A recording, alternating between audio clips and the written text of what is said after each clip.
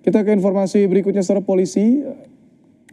Baik, kita beralih ke informasi ke Karawang, Jawa Barat, saudara. Seorang warga melakukan aksi unjuk rasa di depan Rumah Sakit Umum Daerah Karawang, Jawa Barat. Ia menuntut penjelasan dan pertanggungjawaban pihak Rumah Sakit Umum Daerah Karawang atas meninggalnya bayi yang baru dilahirkan istrinya. Jangan hanya diam, turun kalian temui saya. Hai kau, keluar kau, temui saya. Saya tidak studi masuk ke dalam ruang-ruang. Edwin Septia, warga Teluk Jambe Timur, Karawang, Jawa Barat melakukan aksi unjuk rasa seorang diri di depan lobi RSUD Karawang.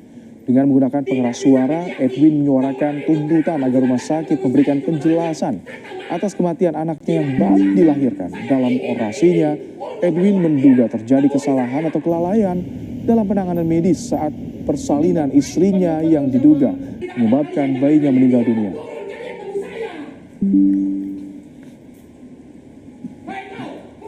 Ditindaklanjuti dan dikasih waktu sampai 3 hari. Nah, kita tunggu saja kalau memang dalam 3 hari tidak ada tindak lanjut lagi, kita akan turun kembali dan akan membawa masalah lebih besar. Ditindaklanjuti dan untuk mencari siapa yang salah dan siapa yang benar, audit internal pokoknya. Tapi intinya memang ini ada tindak kelalaian dari pihak rumah sakit menurut saya. Menanggapi aksi protes yang dilakukan Edwin seorang diri, pihak rumah sakit menyatakan telah melakukan prosedur sesuai standar penanganan medis. Pihak RSUD Karawang pun menjelaskan telah melakukan penanganan intensif saat persalinan. Namun pihaknya akan melakukan audit internal RSUD Karawang. Jadi prinsipnya namanya masyarakat ya, pasti ada keluhan sama kita wajib. Itu kita wajib kita layani semuanya.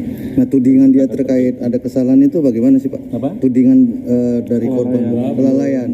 Belum. Nanti kita harus audit dulu kan. Nanti masalahnya ada di mana. Ini kan hanya kesalahpahaman saja.